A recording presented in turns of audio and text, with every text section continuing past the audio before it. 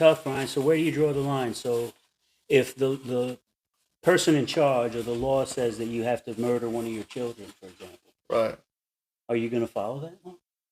No, and you the one said you gonna follow laws of the land. I'm I mean, I'm rebelling. just saying it does get but there is scripture that says you should follow civil order. No, you are right. It exactly says what you said earlier, to obey the laws of the land. But that's as a caveat to what we already have, because when Jesus gives us 2 new commands, right? We had the 10 commandments, and God, Jesus comes to give us 2 new commands. He said, love your God with all your heart and love your neighbor like you love yourself. Now, guess what, Dave? Those 2 commandments cover any scenario you could ever think. Sure. Because if I love my God with all my heart, number 1, right? I'm taking care of that worship. Then if I love you like I love myself, right? If I love you like I love myself, I'm not going to steal from you. I'm not going to try to cause harm to you because I love myself. Right. And I wouldn't do it to myself. So it covers the gamut of everything that we Sure. And I'm glad you said that. I mean, I wanted to talk a little about the shift that took place in capital. Now, the New Testament, right? Jesus never really says it's okay to put someone to death or not. Okay. But he does say things that, to me, clearly mean it shouldn't happen. There is a scripture where Jesus talks about following. We must obey civil authority, which is instituted by God because of fear, punishment, as well as conscience. So he warns us not to be unruly, not to go against our authorities that are in place. But at the same time, he tells us things like taking revenge is wrong. If someone hits you on one side of your face, turn the other side of your face so they can hit the other side. But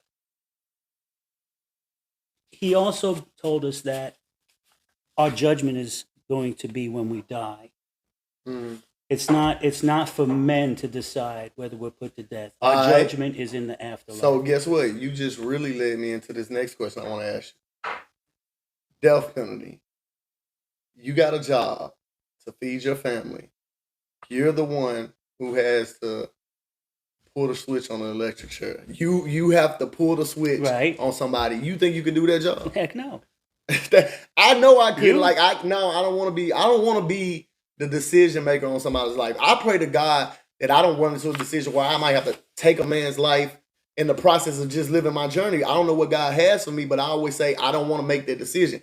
I don't want that on me, God. You understand what I'm saying? So I definitely wouldn't want to be the person who does that. What about lethal injections? Like, I couldn't see Someone still has to push a button. And especially when we bring up the part that we were talking about earlier, I don't know that this man did this crime. You know what I'm saying? Like, I wasn't there to witness this. So, and even if I was, I still wouldn't want to be the decider over whether somebody lives or not. But basically, Dave, what I was going to tell you about what we were talking about earlier. When you're in the world, right, and we're godly people, when you're in the world, you have to be left up until a man decides whether you live or die. A man doesn't decide whether I live or die. God decides whether I live or die right now because I follow God. I ain't finna leave it up to a man. You understand what I'm saying? Yeah. I'm letting God. We all got a death day, but I'm gonna let God. I don't want to be in the hands of a man. Somebody say you finna die on the day. The judge say, boom, you getting. I don't want that. That's why I choose to follow God. So yeah, if we have a Jeffrey Dahmer or a Ted Bundy, right, it's our duty to put that person where they could never hurt another person again, because we know they're monsters. They're not rehabilitatable. Whoa. So earlier when you said, can a person change? You say a person cannot be changed. I think there's a difference between a Jeffrey Dahmer, a Ted Bundy, and someone someone who's young and makes a one-time foolish decision. Do you know how old Jeffrey Dahmer was when he got locked up? Right, but he was internally messed up. He was a cannibal. But I'm saying, how are you judging that? Listen to what I'm saying. So when we see, this is what I say when we get out the realm of God, period. Then we become the deciders on what's good, what's moral, what's bad, what's not bad enough. You feel me? Like, that's what I'm trying to say. We become, as men, the character judge of what is redeemable and what ain't. Because that's what you're talking about. We're talking about. Some things are worse than death, Brian. Taking a young man's life away from him, where he has to spend life in prison, so what do you is in a lot of ways worse than death. So what you think about that, though? What do you think about taxpayers having to take care of somebody who broke in somebody's home, taking care of somebody Well, who you know who what? I molested. think as taxpayers, Yeah. it would force us to learn to solve the issue, the underlying issue, which is And we already the did- morals in this country. we are already horrible. deal with overcrowded prisons. We don't educate our kids the right Right. way. When someone is arrested, they're not, even for small offenses, they're not rehabilitated. They're usually made worse. And I know you can relate to that, Brian, when you see people coming out of jail. Yeah, They don't get better. I mean, sometimes they do. Sometimes more times than often they don't. There you go. They're It should be the other way around. Habitual, like, And it could be. I hate that they call, like, when you talk about the jail, the institutional system.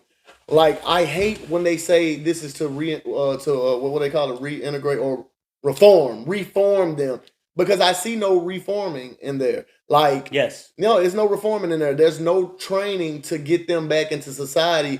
When that date comes, they release this person back. And to me, I think it does them a disservice, way worse, because So let's talk about mental illness. Well, okay, real quick. If mental illness causes somebody to kill somebody. But hold on, we'll get there. But I'm telling you this, what you was just talking about, this issue. Like my cousin, I got a cousin who was sentenced to 30 years for shooting the police in New Albany, Mississippi. And I was actually in the car with him, but we're not gonna get too deep into that. I'm gonna just talk about the fact that he was sentenced to 30 years, suspended 15 of them, meaning he only had to do 15, and he also got what's called 30 for 30. Every 30 days he went without write-ups and stuff like that. They take 30 off your day. So really that breaks down about 7.5 years that he actually had to serve, right? Okay. So with that being said, when this event happened, I believe he was about 20, I was about 19. Now, what I noticed over the years, because he didn't get out till he was about 30, that's 10 years, you feel me? And so what I did notice is when I would have a conversation with him on the phone, it sounded like I was still talking to the 20-year-old Boogie, even though we was It didn't do anything to help him grow as a it person. sounded like his mind was stuck at the day he got locked up, and where I had experienced all this free life, family, kids, you see what I'm saying? He hadn't experienced those things because he was a 20-year-old guy when he got locked up. So when I would talk to him and I would realize he sounds like when we were 20, you see what I'm saying? And I think it did him a disservice because you get stuck in that mind frame. Time is passing by. Things are changing. Technology is different. So whose fault do you think that was, that he was the same person? He wasn't grown any. He didn't grow any. Well, I mean, you got to put the onus on a person too, as well. Just like committing these crimes, you got. Do you think he had the resources that he could have done better, or just maybe he didn't have the resources at all? I don't think that, as far as institutionally, they got enough in there to try to reform these guys, or they care enough about some of these guys to reform them. Just by the simple fact, with some of these guys in there locked up, you got non-violent offenders in here with a violent criminal. You feel me? Like, what is a non-violent criminal doing in here with somebody who's violent, who has a propensity for violence? And not only that, what is a guy who got 2 years doing in here with a guy who got 60? You understand what It's I'm all saying? about money, Brian. It's about money. Cattle. Yeah. They're like cattle. Yeah.